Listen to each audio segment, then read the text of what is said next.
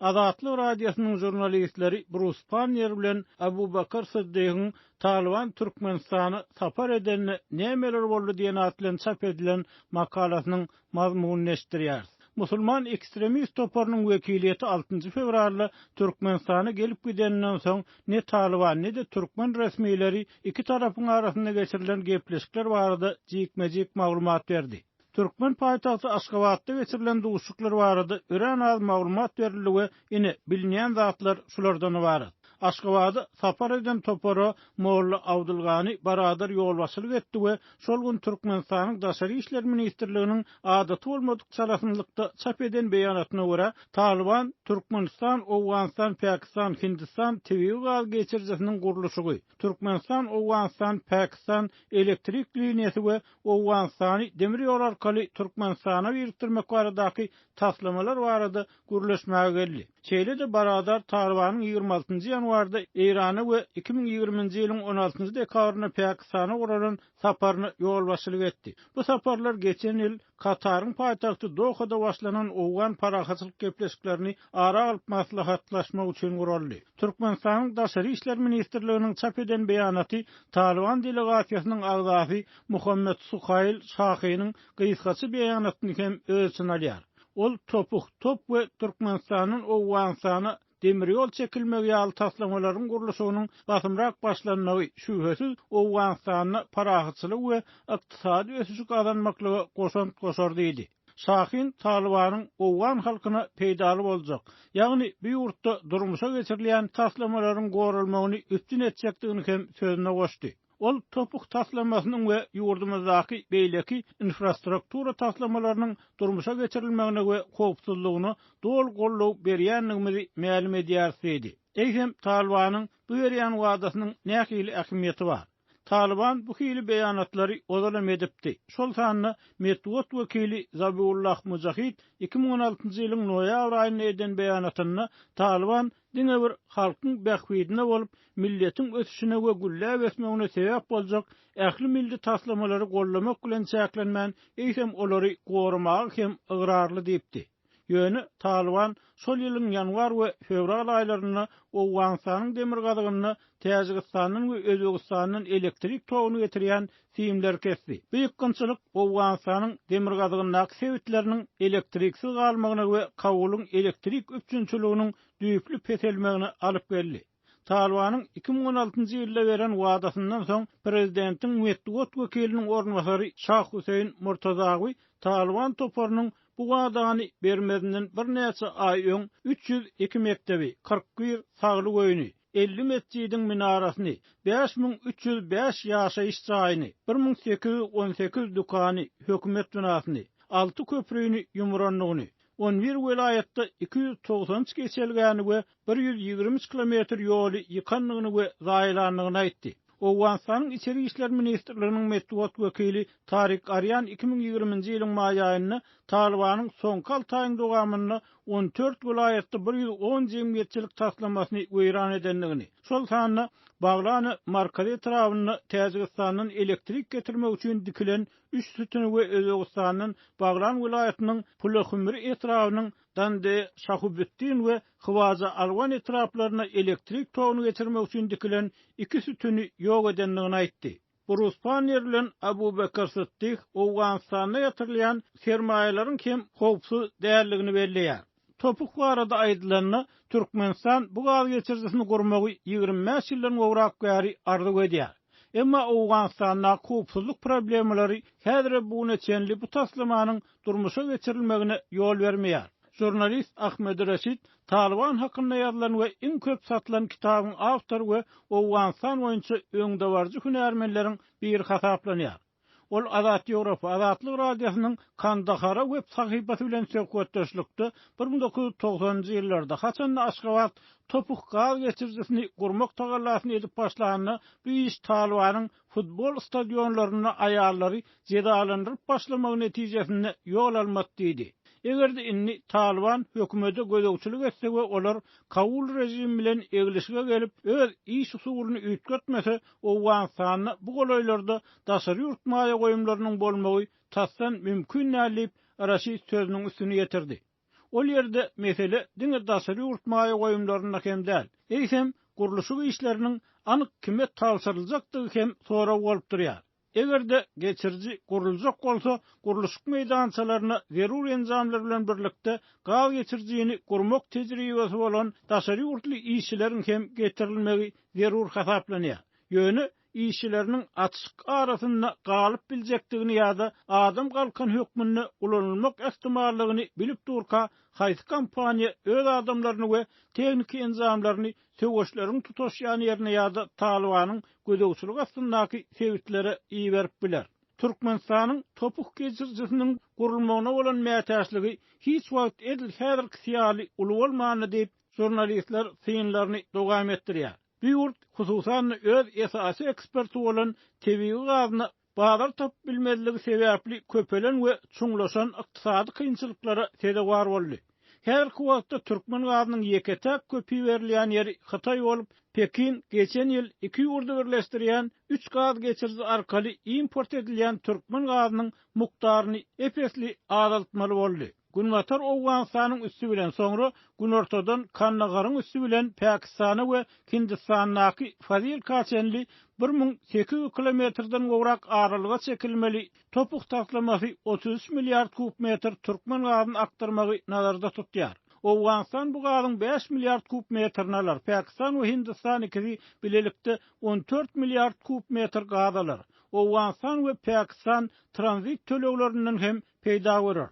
Türkmenistan gazyny geljek gizdejilere gaty mätäç we geçen ýylda Aşgabat agyr soňy bu gaz üçin Pakistana we Hindistana kesen narhyny ardanlatmagy razy bolandan soň topuk taslamasynyň ilerlemegine täzeden iteri berip başlady.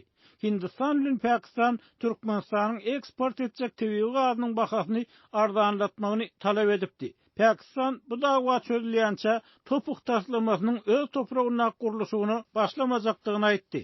Türkmenistan bahany ardanlatmak barada alalasa da anyk ardanlatyş barada gepleşikler dowam edýär we 2020-nji ýylyň sentýabr aýynda Pakistan ara alynıp maslahatlaşylýan meseleler gutaryndan soň eglenmän. Topuk geçirjisiniň Pakistana gurulşygyny badalga bermek isleýär diýdi.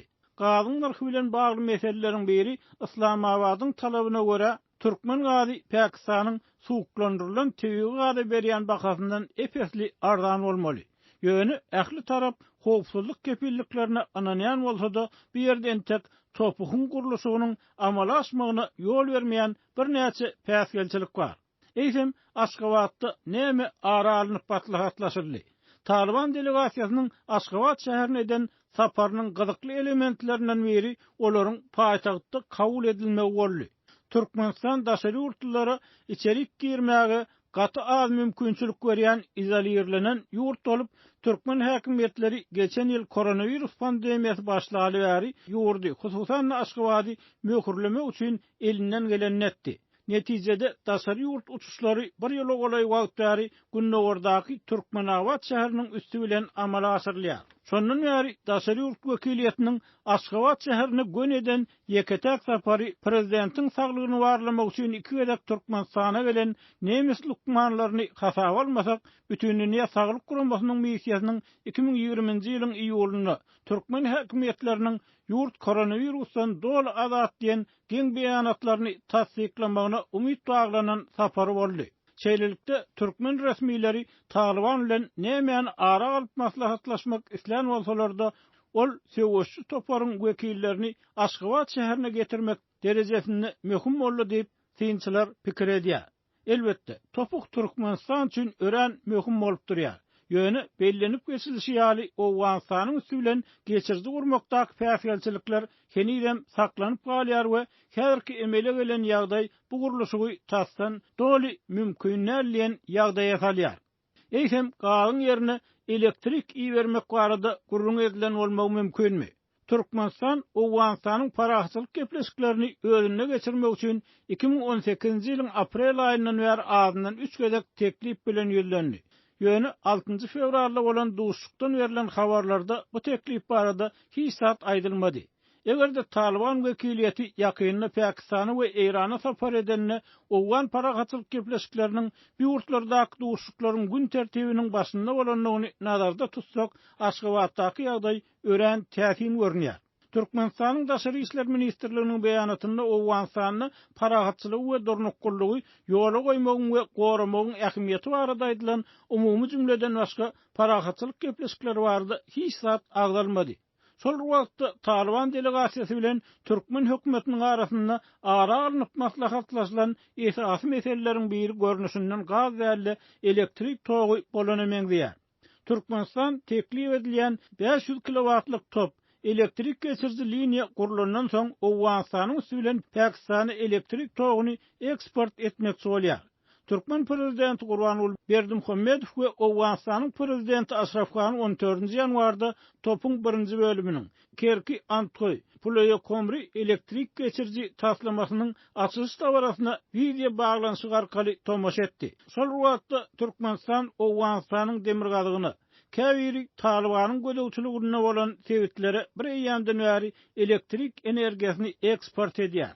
Meçhörleri a bolsa da Taliban bu sebetleriň ýaşaýjylaryna elektrik tog üçin salgys salýar. Emma muňa garamazdan olaryň elektrik üçin alýan pulunyň näçe böleginiň nagd pul kösençligini çekýän Türkmenistany tölenýänligi ýa-da asla tölenmeýänligi häzirlikçe belli. Owganistanyň hökümeti adatça eksport edilýän elektrik üçin Türkmenistany tölemäge borçly we jogapkar. Emma ýurdun demirgazygyna Taliban gödäwçiligine galýan sebetlerde ulanylýan elektrik eksport üçin Kabul'un Aşgabatda näçerak pul töleýänligi belli däl. Ýöne Talibanyň Owganistanyň demirgazygyna alyp barýan işlerini hassa güýçlendirmek üçin türkmen elektrik energiýasyny ulanýanlygy äşkär diýip synçylar belliýär.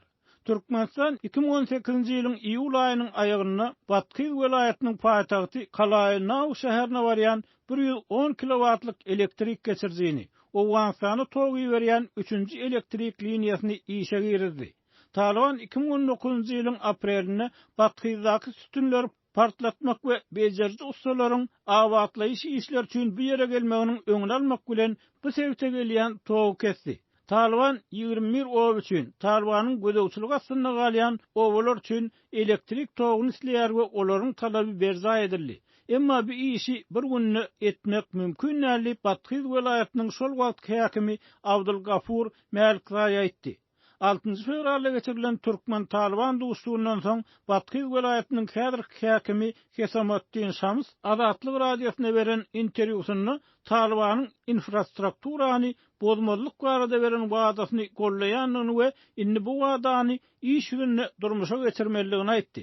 Emma Şams öz welaýatyna gowgolaňçylaryň özüni alyp barşynyň üýtgemänligini we ekstremistleriň Türkmenistanyň elektrik energiýasyny getirýän elektrik liniýalaryny nişana almagyny dowam etdirýänligini hem sözüne goşdy. Şeýle-de Şams Talibanyň Batkyz welaýatyna hereket edýän ýeketek söwüşçi topar däldigini belleýär. Balamurgap etragy ýaragly oppozisiýanyň esasy merkezi diýip Şams aýtdy. Owgan söwüşçülerinden başga da bir Özbegistanyň islam hereketi bilen baglanyşykly özbek söwüşçüleriniň hem meskeni bolup durýar. Ol ýerde Pakistanlylar hem bar diýip ol sözüniň üstüne ýetirdi. Mundan başga türkmen häkimetleriniň geçirilen duşuk barada tasdan hiç bir maglumat bermek islemezligi täsin bolup görnýär.